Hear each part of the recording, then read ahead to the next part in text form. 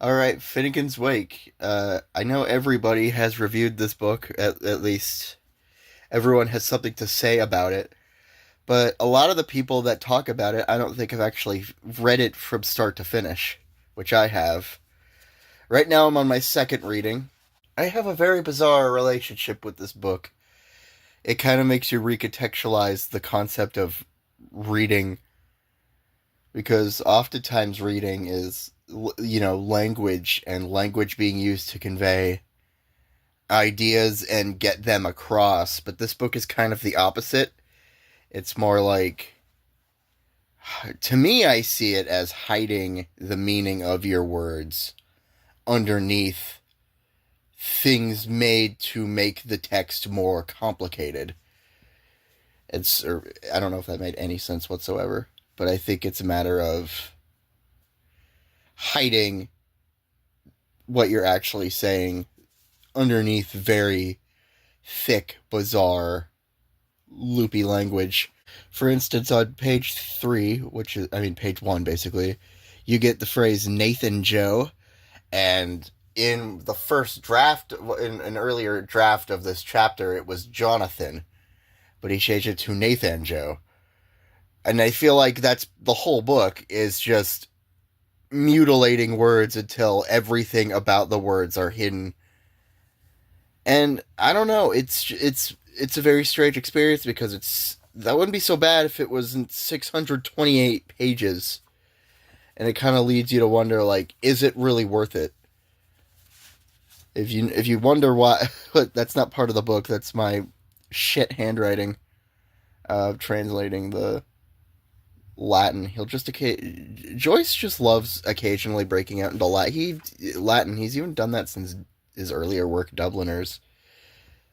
In order to get this book, you have to speak every language ever written and have read every book ever written from before the year 1939, and also see every play, and also know Irish history incredibly well as just world history.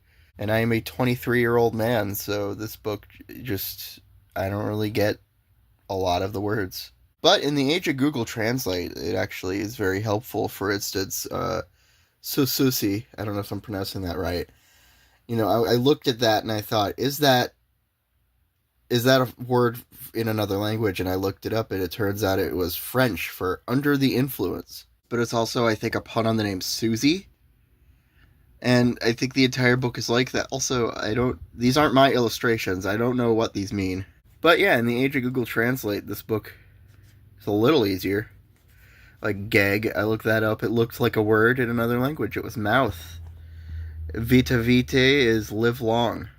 This chapter in particular is funny because it's supposed to be designed like a student's school book, and the irony is that a lot of people consider it the hardest part of the book, but it's meant to look like something a student would read. There are just certain books that makes you think, what do you get out of reading it? What is really the point? And I think I've kind of come to a conclusion with Finnegans Wake, and I feel like it is a puzzle. And I feel like it's for people that like solving puzzles, and I think it's a very valid piece of literature. And I think the people who hate it haven't read the whole thing. Not that you have to, because holy shit. What I love about this book is that people still debate if it has a plot and characters, and people haven't really come to an agreement on that, and I think that's just beautiful. At the time of this recording, it's been almost 100 years since it came out. This was 1939. I'm recording this in 2025. Most people seem to think it's about a character named HCE and his wife ALP and all that, and the children Shem, Sean, and Izzy, and something scandalous is done in a park. But even then, it's like, knowing that doesn't really help you. And I've realized that on my most recent reading, that I still don't get a single sentence. Part of me sees this book as a character's inner monologue while they're sleeping, and it's a mix of knowledge that they have mixed in with events that they have experienced, and you're kind of wading through the thoughts without context, trying to find a narrative. And I could see why most people have not finished this book. In fact, funny story, I was at my local Goodwill once, and I actually saw a paperback copy of Finnegans Wake. And I opened it up. It was literally the exact same copy that I own, like the same edition. And I opened it up, and I just started reading. I was curious to see. And on page 4, there was a bookmark. And the implication was that someone read the first page, got to the second page, put their bookmark in, never opened it again, and then donated it to a Goodwill. That's the kind of book this is. This book is interesting. Is it poetry? Is it prose? Is it a dream? Is every sentence valid to the narrative? Is there a narrative? Are there several narratives?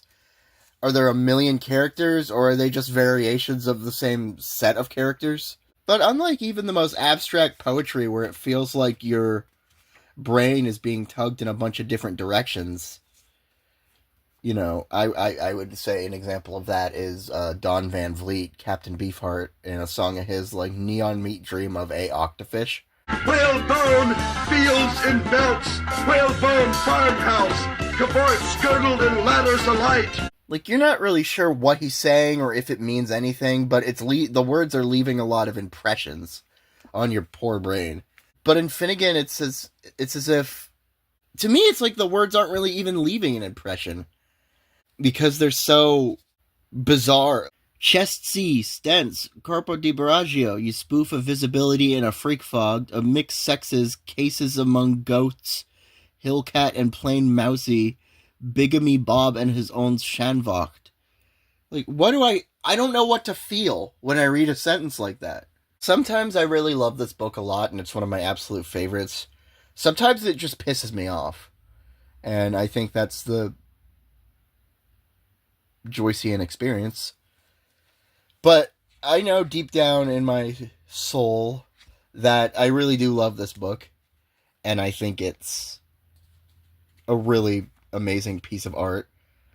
And he spent about 17 years writing it. And it's just a perfect, cryptic masterpiece.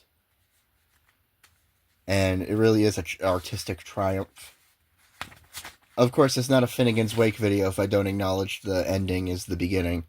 Away alone, alas, to loved along the river run past even Adams. Whoa, isn't that crazy?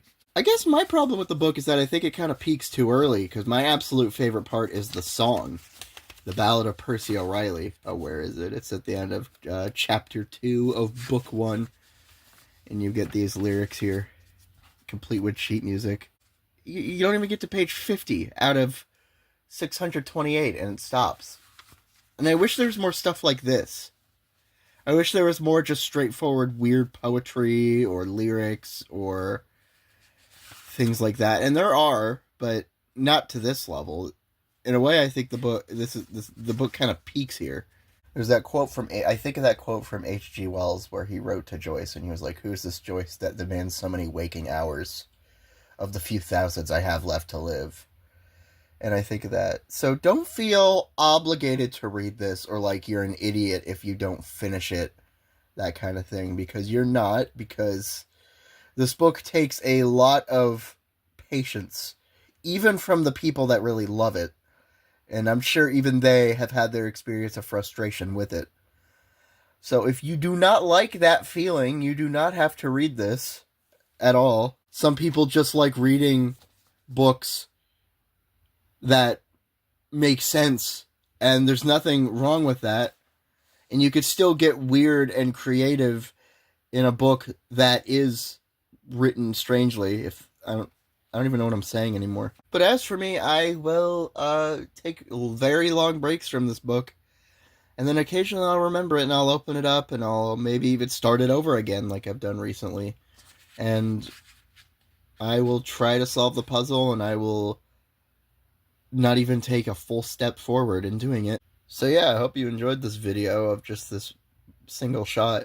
This video is probably more boring than my other videos, but I don't know. I want to be a booktuber.